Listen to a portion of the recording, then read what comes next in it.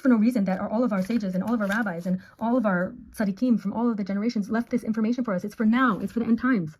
So you will see through the lies of this world, the olam ha-shekel, and you will come and you will choose life, which is the Torah, and you will cling to God, and God will save you, because when the Mashiach comes, you no longer have that choice.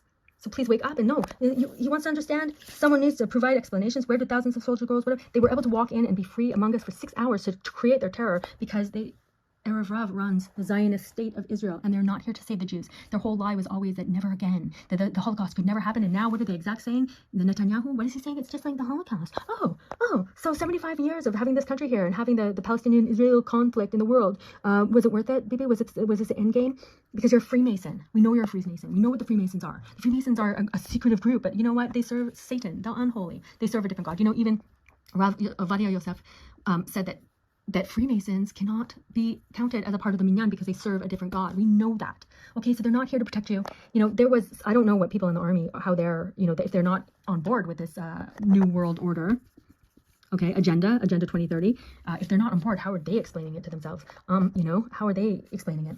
So it says here, okay, so who sits in refuge of the Most High, in the protective shade of the Almighty, he shall dwell, I will say of Shem, no, he will dwell. Oh, okay, so this is Psalms 91.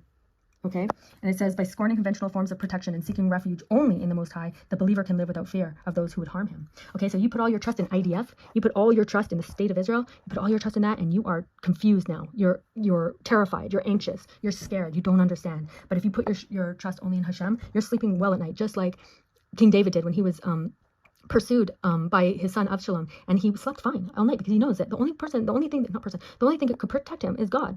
God can't know. Even the angel of death, when he came to when it was time for Moses to die, which we just read that parasha last week, that when Moses dies, God tells him, now you're gonna die. And so he told the angel of death to go get his soul, and Moses was like, go away, you're not gonna take my soul. But we see, so something else, lots of other things happened there. Moses was amazing.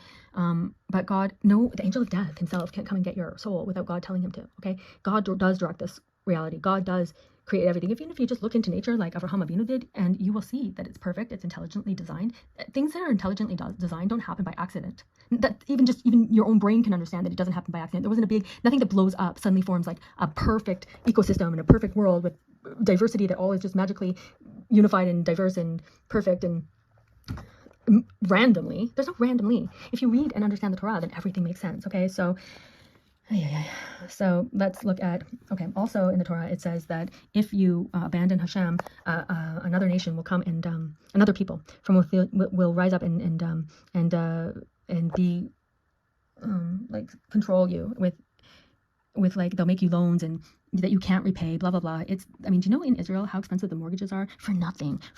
It's like the most basic housing. It's 2023 in a startup nation. I mean, even in the 80s, Tokyo and all that, Japan, when they were the startup nation back then, they're living in the future. Israel is supposedly the startup nation, and it's just like for nothing. Mortgages are so high, it's stressing people out so much. So what do? They make building investments, and then they rent it out to people who can't afford it. And literally people are living in storage units with no air, with no nothing, for more than you would pay in the States for a penthouse in Miami. Okay, not to mention the KKL, the Karen Kayemet L'Israel, who has a ton of land that's just sitting there. Oh, it's just a park everywhere. But meanwhile, no one has anywhere to live, and we're all like living. It's stressful. Okay, but we were talking about Psalms 91, where it says that by scorning conventional forms of protection and seeking refuge only in the Most High, the believer can live without fear of those who would harm him. Okay, so if you believe in Hashem and you hold tightly to him and you have the signs on you, the Shabbat, the Brit, the Tefillin, and the Mezuzah, then you are under his, you will be shielded.